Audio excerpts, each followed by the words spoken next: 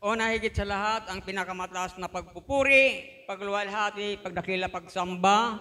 Tangi lang sa ating Diyos na buhay. Praise God. Hallelujah. And double respect sa ating parents in the Lord, Evangelist Pastor Weldy Estrada Almeida, at sa mga ginang turot aral na iniwan ng ating Assistant Pastoralis, Lina C. Almeida, at sa lahat ng mga beloved children, sa lahat, mga minamahal, praise the Lord, ako po ay nandito na naman upang magpasalamat dahil sa ako po ay pinagpala na maghayag ng kabutihan ng ating dakilang Diyos nang ako po ay napunta sa gawain ito, mga minamahal. Noong mga araw, mga minamahal, dahil ako po ay talagang, sabi nga, baby Christian, hindi pa marunong talaga. Subalit ang aking kasama ay talagang old Christian, mga minamahal, kumbaga alanganin ako talaga na ipahayag ko ang aking kalooban na aking nararamdaman. Subalit, habang kami ay nagtatagal, mga minamahal, sa paglilingkod, talagang tunay na ang sinasabi dito sa gawain ito ay talagang hindi basta-basta, mga minamahal, tunay na aking na-experience, mga minamahal, sa aking buhay. Sabi ko, ang dating gawain na aking iniwan ay parehas din. Pero talagang nung ako po ay nandito, talagang naranasan ko na ibang-iba. Dahil ang Diyos dito sa ating pinagsasambahan ay talagang kumikilos. Dahil sabi ko nga, ako nung mga araw, hindi ako sincero sa paglilingkod. Lulubog, lilitaw ang aking pagdalo noon. Subalit, sa tagal kong paglingkod, mga minamahal, tunay na nasa puso ko na ang, sabi nga, talagang ang Diyos kumikilos dahil hinihipo niya talaga na ako ay lubusan na maglingkod sa gawain ito. Mga minamahal, ako po ay talagang tunay na persecutor sa aking beloved wife noon panahon. Dahil sabi ko, pitiw lang yan ang aking trabaho. Dahil noong araw, mga minamahal, ang aking focus ay pagtrabaho dahil tunay ang pagpapala, sabi ko dyan. Dahil kung ay may trabaho, ang pagpapala ay nandyan. Pero noong ako po ay maglingkod ng lubusan, seryoso na paglingkod, talagang tunay po.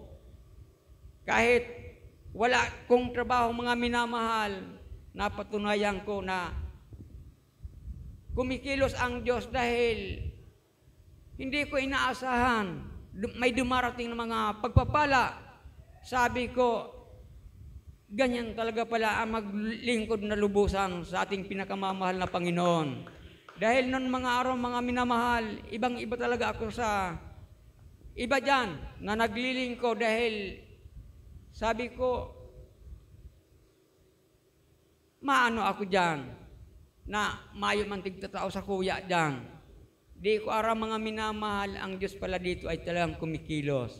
Dahil sa aking pagsunod, mga minamahal, talagang ako ay binago ng Diyos.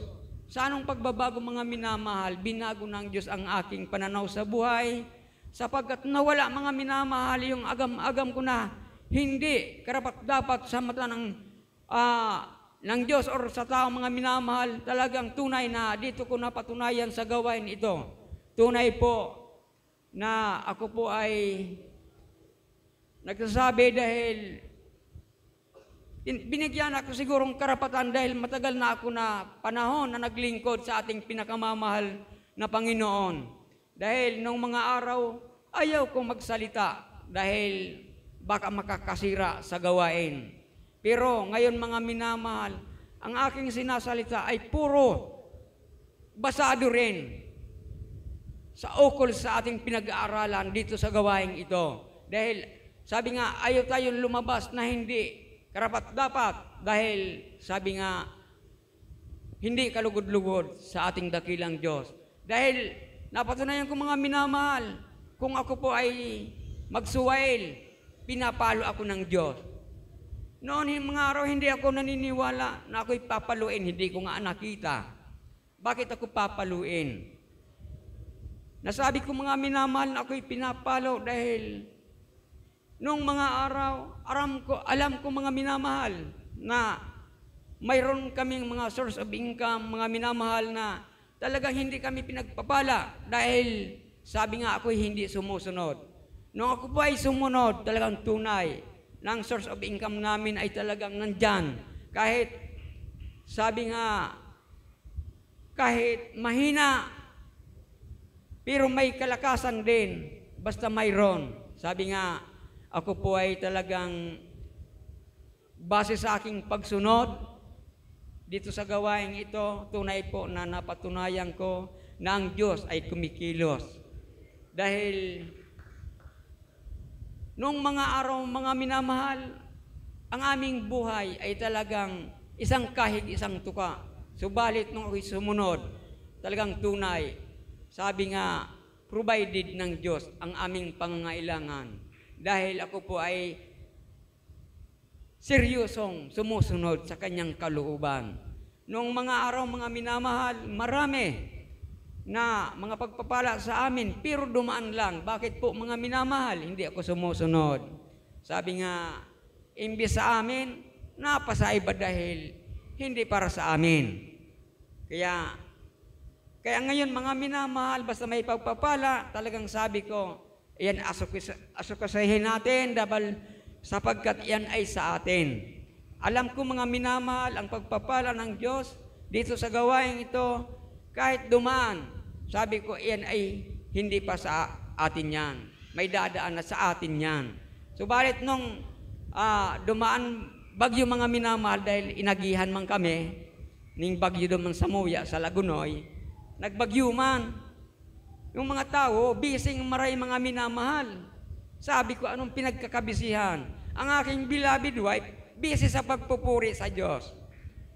Nung ako'y sumilip sa bintana, yung mga tao, busy. Anong kinabisihan mga minamahal? Yung kinukuha nila, dinadala sa kanila, hindi naman sa kanila. Praise God, hallelujah. Sabi ko, tingnan ko yung aking mga beloved son, tranquilo. Nakahiga lang sa kama mga minamahal. Sabi ko, tranquilo. Nagpuri ako mga minamahal dahil ang nyugang namin mga minamahal, may tawirin na ilog, hindi ako balyo mga minamahal. Sabi ko, nagpuri na lang ako na pag-ingatan ng Diyos kung totoo ang ating pinagsasambahan itong pag-ingatan. O kaya, sawayin ang mananakmal, totoo mga minamahal. Nung ako'y pumunta doon sa aming nyugan, nandoon pa rin yung mga dating hulog. Sabi ko, mabunga na naman lamang sa hulog. Dahil ko pa na nakukuasuyaon sa taas. Kaya, purihin ang ating dakilang Diyos. Dahil sa pag-iingat, sa aming mga source of income, dahil yan po ay talagang nandyan. Hanggang sa ngayon, mga minamahal.